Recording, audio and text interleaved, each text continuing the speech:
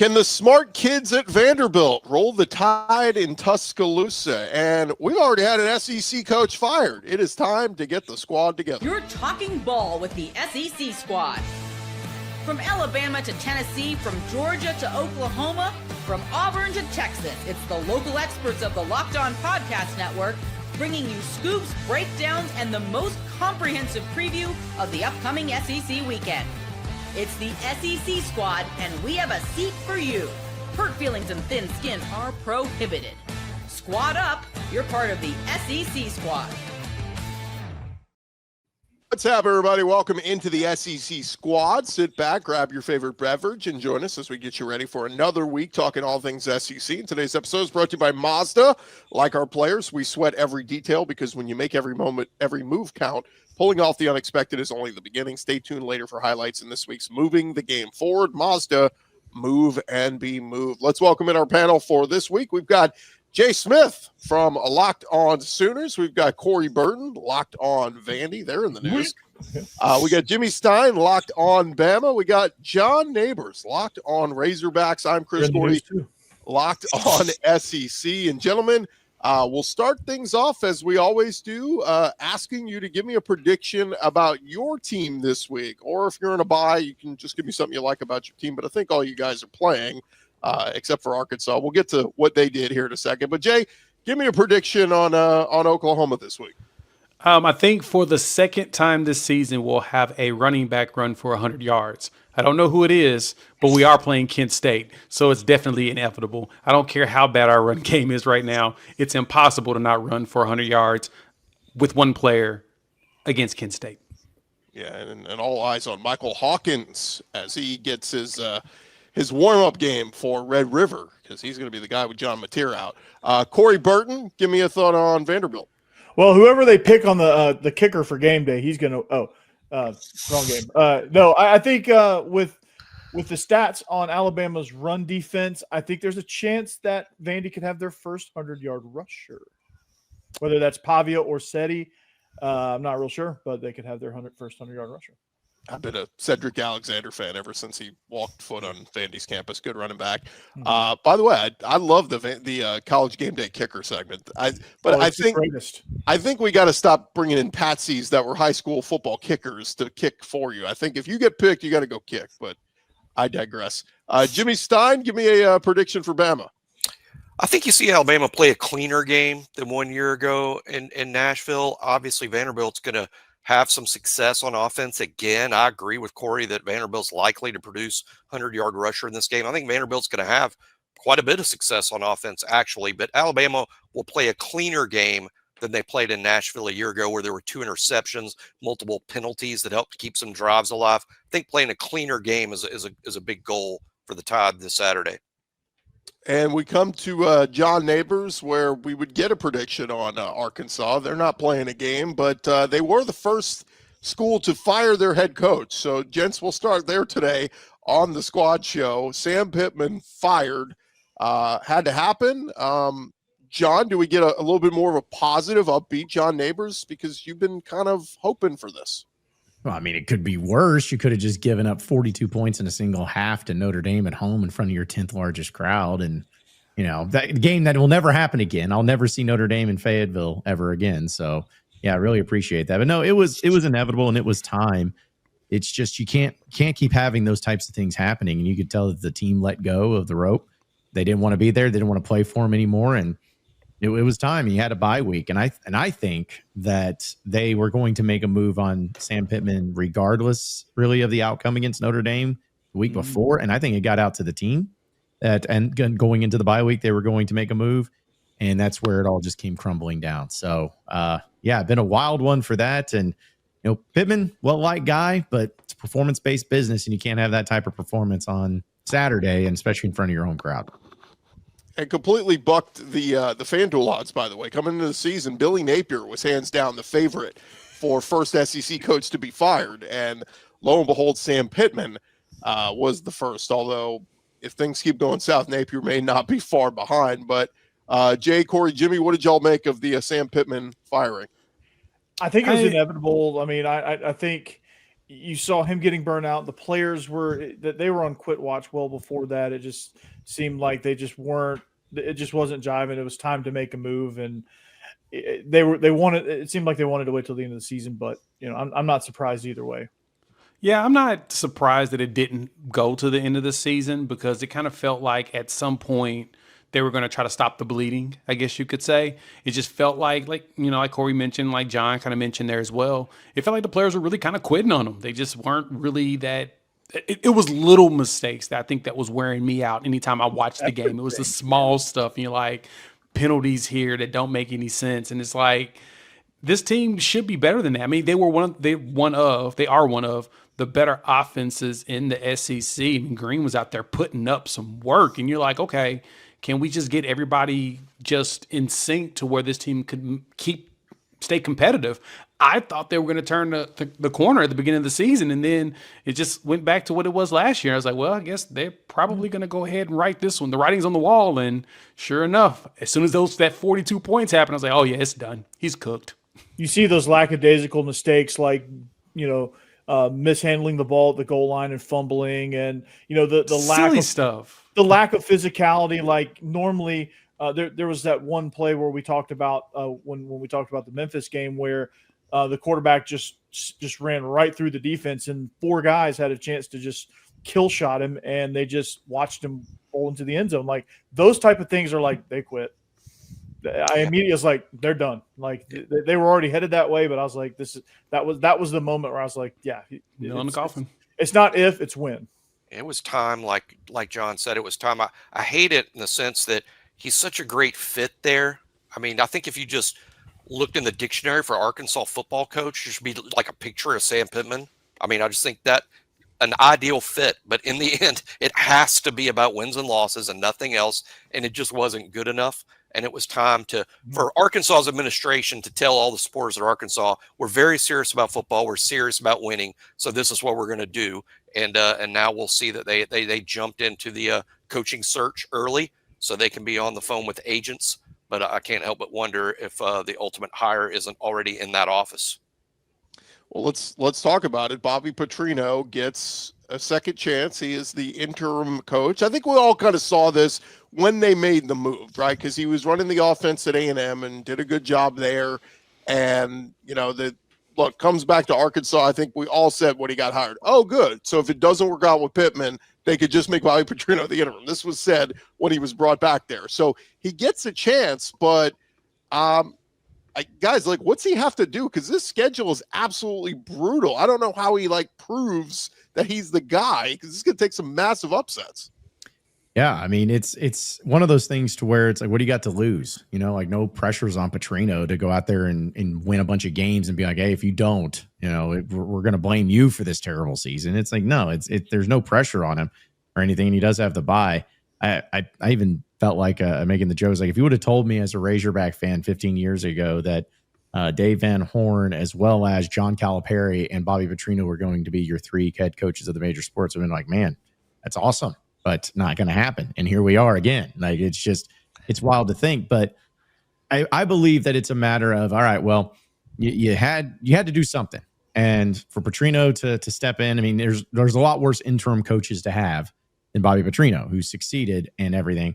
But the fact that he just walks in and then he just fires the entire defensive staff. I mean, the defensive coordinator, secondary coach, and D-line coach is just kind of telling of like, hey, listen, guys, I got 9 weeks, 7 games to get this right. If I see any sort of people or any sort of coaches that I feel like are not going to be on board with me, you're out of here. You're gone.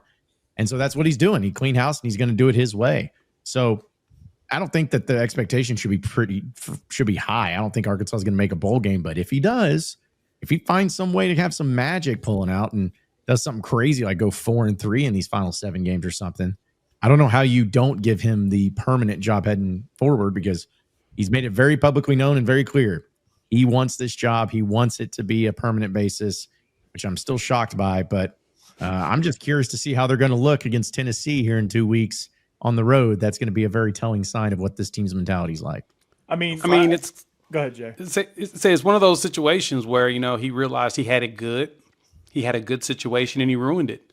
And because he ruined it, he, went off, tried to see what life would be like without it and realized, no, that's really where I want to be. And it's funny because, as Jimmy said, like Pittman was the perfect guy for Arkansas. He just embodied that. I mean, he had the massive hog water fountain at his lake. I was in love. I was like, this is a perfect marriage. It should have been, at least.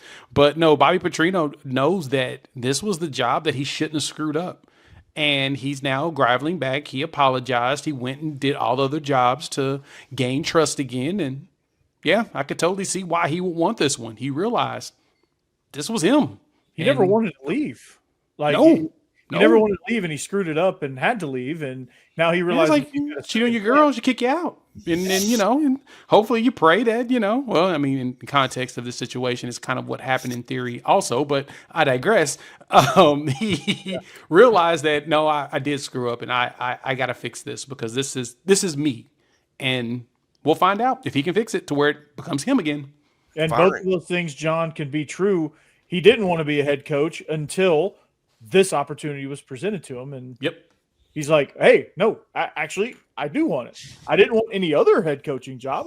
But I want this Arkansas job. Let me push back on that real quick, because here's my only thing about it is, like, Petrino, if he really, he could have just been like the interim, be like, hey, I'm going to serve my 1 year time and be out and go find something else, because he made known that he was going to try to he likes coaching quarterbacks and offenses and all that.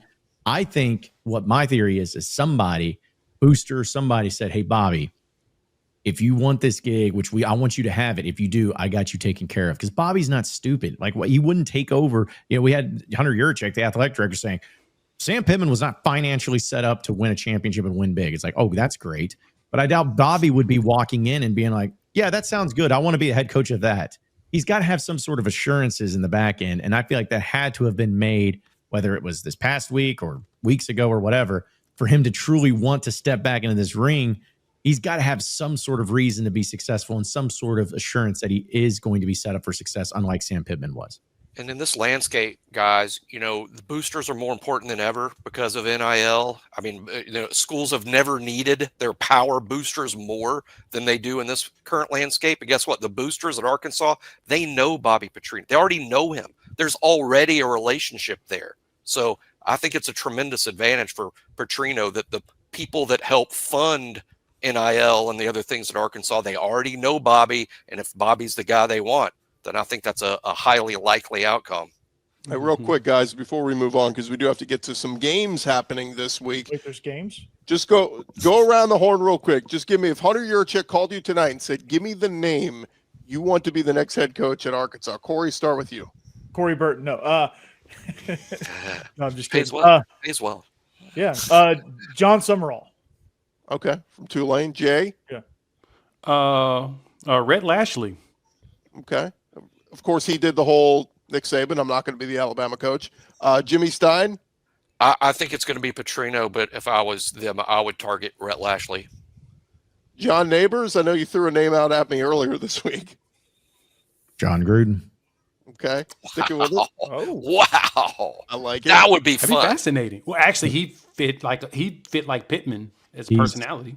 He's best friends with John Daly, and John Daly loved that. And for some reason, Brett Favre just decided to endorse him for the Arkansas job yesterday on social media. I have no idea why, but he did. I was like, hey, good enough for me. Brett Favre and John Daly. It's all I needed. Continue the streak of Arkansas having the funnest coach in the league.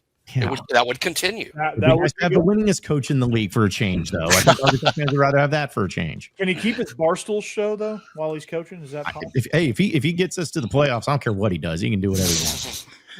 Hey, I was gonna say Dion, but you know what? I'll go Mike Gundy. I'm a man. I'm 50. Wow. Let me get in there. Gundy would be awful. Dion would make sense because not only did Yurchek like him in the interview process, because he interviewed him during the process before they hired Pittman, but Jerry Jones, Arkansas guy, he's very close with Dion. You never know if he tries to maneuver something. I don't think he would. I also don't think Prime's leaving Colorado anytime soon. It's going to be a few years to get him out of there. They give him way too much power for him to relinquish that to go any other place. Just real quick, Jerry Jones is basically endorsing Rhett Lashley. That's the guy I think Jerry wants the most of the connection. I can see it. We'll see. The question is, will Rhett leave and go there? Yeah, come on. Well, it's the SEC. But The SEC. SMU, he's got a lot of backers with He money do. right now at SMU, so that'd be Both. tough to leave. All All right, right, finally, it's legal. when we return, fellas, the SEC squad, we're going to get into the big one this week. College game day, heading to Tuscaloosa for Vandy. Talk about that next. For Vandy.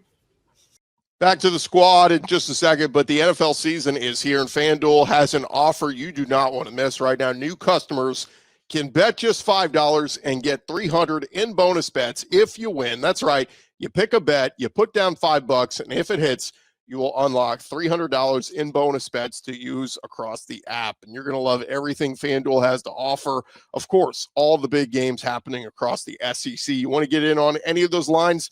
They got them up there for you right now at FanDuel, and they give you so many different ways to play. You want to build a parlay? I like to do a little parlay action with some of the underdogs each week in the SEC. Get some big upsets going. You get 2 big upsets, you're going to get a big payout. You can do some player props. You can even follow the live lines during games. It makes watching football even more exciting when you got a little something extra riding on the action. So what are you waiting for? Visit FanDuel.com to download the FanDuel app today and get started. That is over at FanDuel.com. Get in there today. Hey, this episode also brought to you by Square. Your favorite neighborhood spots run on Square. There are certain businesses that make the neighborhood the neighborhood. These are the places that become an extension of your home, whether it's the sports bar dedicated to your team's fan base, the spot with the best wings in town for game day, or that beloved local chain that's been rooted in your community for years. These businesses are what bring people together. When neighborhood businesses thrive, the whole neighborhood thrives. And of course, we got some great businesses in your neighborhood, like Goodfellas Distillery in Lexington, Truman's Bar and Grill in Como, Jack's Ice Cream in Fayetteville, or Eileen's Colossal Cookies in Norman. All those places are using Square, and Square is a proud partner of more than 4 million neighborhood businesses around the world. And you can go to square.com/go/lockedoncollege to learn more. But before you do, go support your favorite neighborhood spot. You'll be happy you did. Square will see you in the neighborhood. SEC squad rolling along here, and gentlemen, on Saturday, 2:30 Central on ABC, it'll be number 16 undefeated Vanderbilt Commodores at number 10 Alabama. It is the game of the week. College game day is heading to Tuscaloosa, and I talked to Jimmy earlier this week, and he said, they ain't heading there for Alabama. They're heading there because it's Vandy, and the story is Vandy. Corey and Jimmy, a rematch of last year's epic upset. Rematch indeed. A rematch indeed. And so what Vanderbilt is looking to do, their offense has been incredible, especially they've been great in the red zone. They're 15th nationally in red zone efficiency. They're elite on third downs. Like they're looking to continue their scoring and continue their explosive offense. I mean, they're averaging 49 points a game, and they're looking to go continue that. And the thing I see in this matchup that benefits Vanderbilt a whole lot is Vanderbilt's great at running the ball, and Alabama statistically is not great defending the run, although they have talent across the board and talent everywhere. For whatever reason, they're not good defending the run. Yeah, I agree with Corey entirely. I think that's why Saturday is going to be pretty compelling. I actually think the game's going to look very similar to the game a year ago. So many of the same pieces are in place. Mm-hmm. So many of the same issues Alabama has still in place. I think Vanderbilt's going to have a lot of success offensively. I just think in the end, this Alabama team, they play a cleaner version of football last year. Not as many mistakes. I think Vanderbilt this year is going to have to earn every bit of it, and they might. But I do think overall the game's going to look similar to last year in the sense that I expect to see Vanderbilt go on time-consuming, length of the field drives with Pavia orchestrating that RPO zone read offense, and Vanderbilt scoring enough points to make Alabama very uncomfortable. Alabama answering those drives with some quick strike touchdowns, which is a specialty of Alabama that has, in my opinion, the best wide receiver core in the league, which is saying a lot, especially maybe this in year. The country. But this wide receiver core at Alabama is deep with playmakers, and you've got a really good quarterback getting them the ball. So I think Vanderbilt's time-consuming drives versus Alabama's quick strike touchdowns, and like Lane Kiffin said just last week, bet the over. Yeah, Jimmy, what was Georgia in your eyes? What was Georgia able to do to disrupt Ty Simpson in the second half of that game? Because he wasn't quite as effective. Their defense really kind of stepped up in that game and forced Georgia into some weird situations where they were stepping all over themselves. But what was Georgia's defense able to do to Ty Simpson and that tied offense to kind of keep them at bay in the second half? Yeah, they really kept Alabama out of the end zone and off the scoreboard in the second half, but Alabama was still able to control time of possession in a very Vandy-like style. Alabama kept the ball and kept the ball away from Georgia. So when Georgia was keeping Alabama out of the end zone, they weren't making too much progress themselves on the scoreboard because Alabama still had the ball. So Alabama had just enough success on offense to keep the ball, but they weren't scoring like they did in the first half. That game looked sort of similar to Alabama-Georgia last year, where Alabama gets off to the quick start. They get a big lead. Georgia comes back. Obviously, Georgia outscoring Alabama 21-10 after the 14-0 lead for Alabama. In that way, the game looked sort of similar to last year, which is one of the themes that I have this week of, I think this Alabama-Vanderbilt sequel is going to look a lot like the original. I think it will have a different outcome, but I think it's going to be tight. I actually think that if Alabama wins this game, they're going to go to the playoffs. Like that's how important I think it is, because to me, it's going to show. All right, was that your big game against Georgia? Was that it? You know, did you go all in on that and you have that, and then you have an emotional letdown on it? If they go out and they beat Vanderbilt, and especially if they beat them handedly, something like that, I think that they're going to start really rolling. But that's what I'm going to be curious about to see, because if they don't come out there guns blazing and feeling great and wanting to do that, then Vanderbilt is just good enough to beat them. And so I think that it would be coaching malpractice on DeBoer's part if they do not win this game. However, again, Vanderbilt, they're no slouch. They're going to give them all that they want. And I think it's going to be, as close as it was last year, maybe not, but I still think that it'll be at least a good game going into the fourth quarter. Yeah, I heard a point that was made, and I tend to agree with it when I really thought about it, that Kalen DeBoer beating Georgia was probably one of the biggest mistakes he's made in the last couple of years, because now it shows that he can actually do it. And so these other losses now makes him look really bad if he has any other losses that don't make any sense. It's like, we know you have the talent. Years in a row. He's beat Yeah. We know you got the talent. We know that you can coach. You're undefeated against Dan Lanning 2 times, Sarkisian 2 times, and Kirby Smart. Well, no, he's like 7-0 or 8-0 now against those 3 coaches.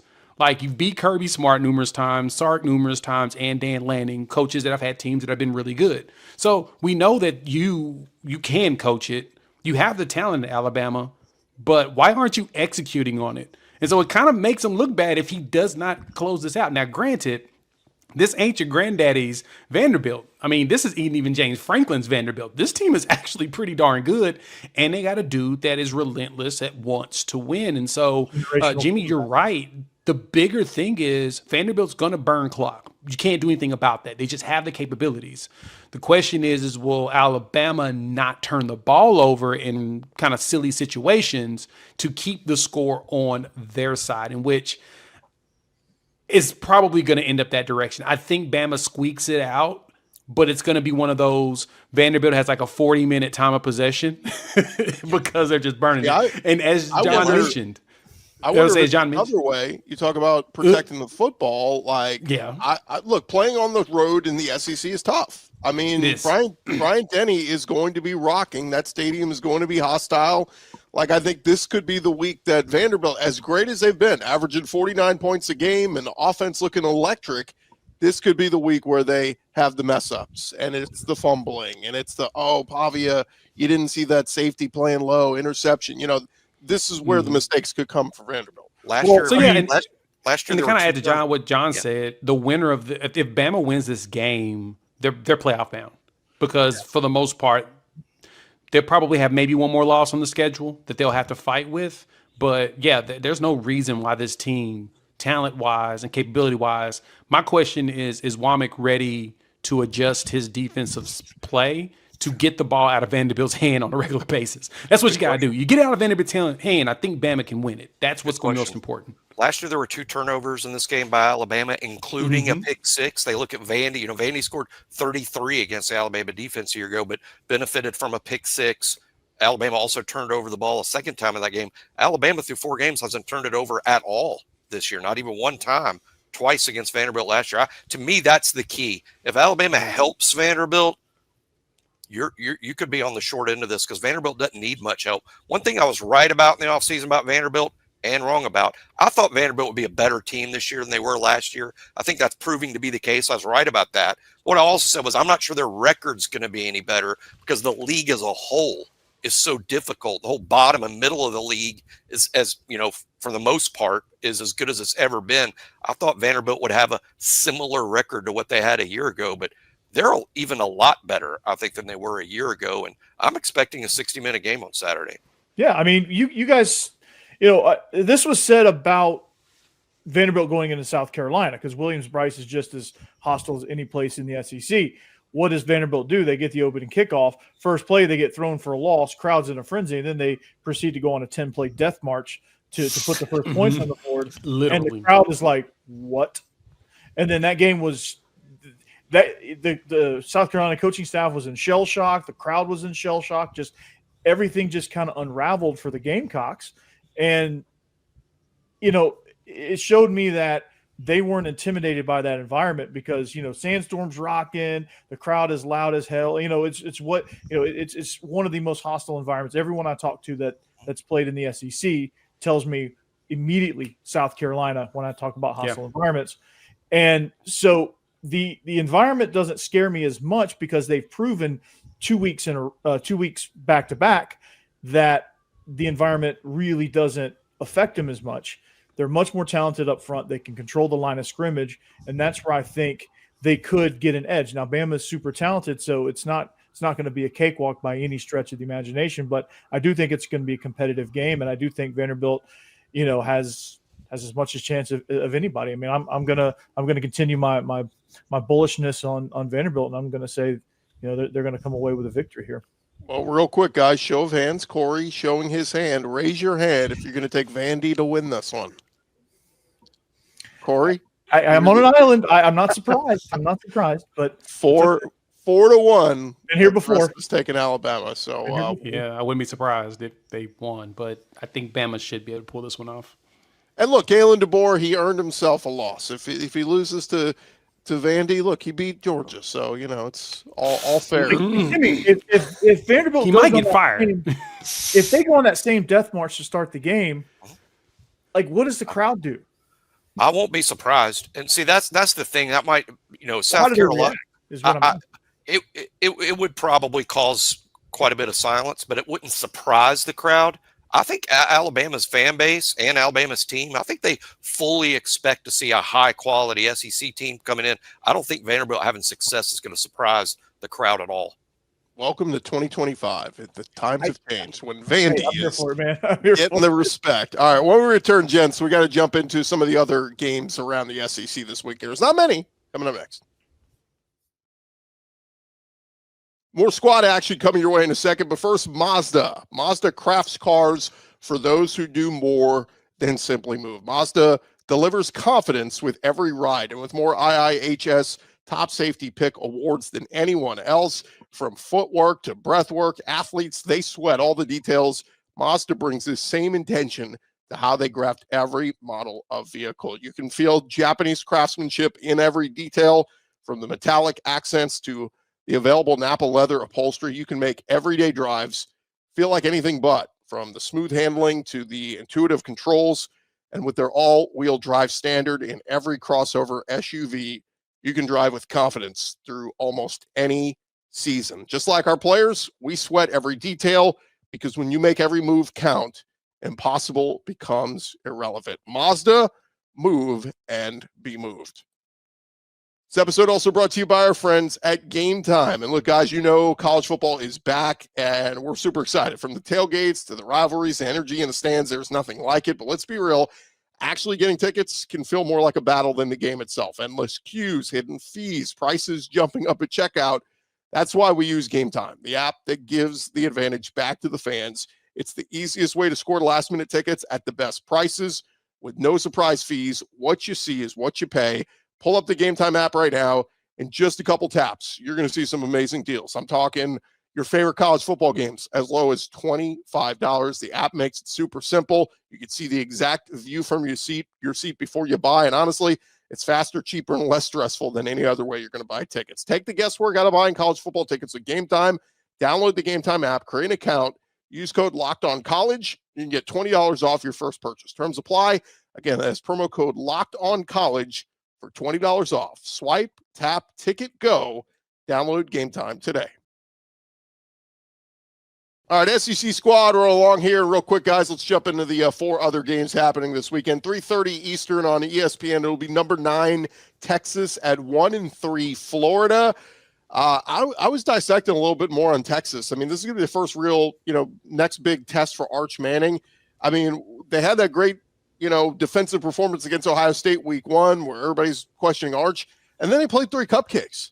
So we really don't know what this Texas team is. Granted, we think Florida stinks, but the defense is pretty decent. So I just keep looking at this game going, take the under, because this could be bad offense and bad offense. Yeah, that's exactly what I see when I see this game. And I mean, I know Texas fans aren't going to be happy to hear this at all, but yeah, the quarterback play has been bad. The running backs haven't been really doing that much. The defense is stout, but just like you said, Gordy, it's going to be whose offense doesn't turn the ball over the most. Because to me, Florida has proven to us that even when Lagway gives the ball away literally 5 times, they're only going to give up 1 actual offensive touchdown. But we still need to know, is LSU's offense actually any good, or if it's actually inept as well. We'll find out about Texas, though, because Florida's going to give them the ball. Question is, can Arch not sidearm it and actually get some first downs and get some touchdowns? I don't know if I believe it yet. Yeah, so I'm gonna take the under. I think this game's combined points, it could be less than 20. Yeah, I'll tell you, Florida. Sorry, Jimmy. I'll tell you, Florida has a bevy of problems. Defense is not in those problems. Yeah. I mean, their defense is elite. They have 11 problems on offense, seems like, but and with the coaching staff. But man, this defense is electric, and they'll flat get after you, and they'll pressure Eli. They'll pressure Arch and force some bad mistakes. And I mean, this game, yeah, hammer, smash the under for sure. Two really good defenses, no doubt. Sometimes it's just one game. I see this meaning mini games, and whoever wins this game, I think is going to go on to have a really good football season. Whoever loses this game, I think the wheels could come off. Certainly at Florida, Texas will definitely be flying below expectations if they lose their first SEC game out of the gate based on how they've already played. The loser of this game to me is sort of stick a fork in them. The winner could end up putting it together and having a good season. I don't necessarily agree wholeheartedly. Like if Texas loses, it's stick a fork in them. But Florida definitely. If Florida loses that thing, the wheels are already off. But if they lose that thing, I think they're just looking for a reason to fire Billy Napier. And Arkansas already made the first move, so they're not going to be the first ones to do it. So, this is going to be a defensive battle. Texas is elite on defense. Florida's elite on defense. So if you like defensive football, all you high school defensive coordinators probably going to be tuning into this one. So that's for sure. I'll say that I think I kind of, in a way, agree with Jimmy. Of if Texas loses this game, that it's it. Like I just don't see how you can have that much of an expectation with that much of a big time player, and you go into, I know it's on the road, but you go into Florida, who's 1-3, and lose that, and you're sitting like literally where it's like, hate to be this way, but it's almost like, hey, if you compare Arkansas's resume to Texas's resume, is it really that different? I mean, has it really been that much different? And I'm like, I'm not saying that Texas and Arkansas are the same. I'm just saying, considering the expectation that was given, it's like, if you can't do it here, if you can't do it now, if you can't even go out and beat Florida, what are you? Like, how can you say you're a contender? I think it's very possible that happens. And I'll even go one step further. If they lose this game, I think this might be, I think last year's going to be the anomaly of Sark at Texas. I think last year was going to be the best year, and they're not going to get back anywhere close to getting into the championship, much less the playoffs, if that's the case. That's John Neighbors, who does Locked on Razorbacks, who is a permanent rivalry of Texas moving forward. Yeah, and now it is, which is awesome. Thank you for throwing the shade out there. At least I'm not the only one doing that now.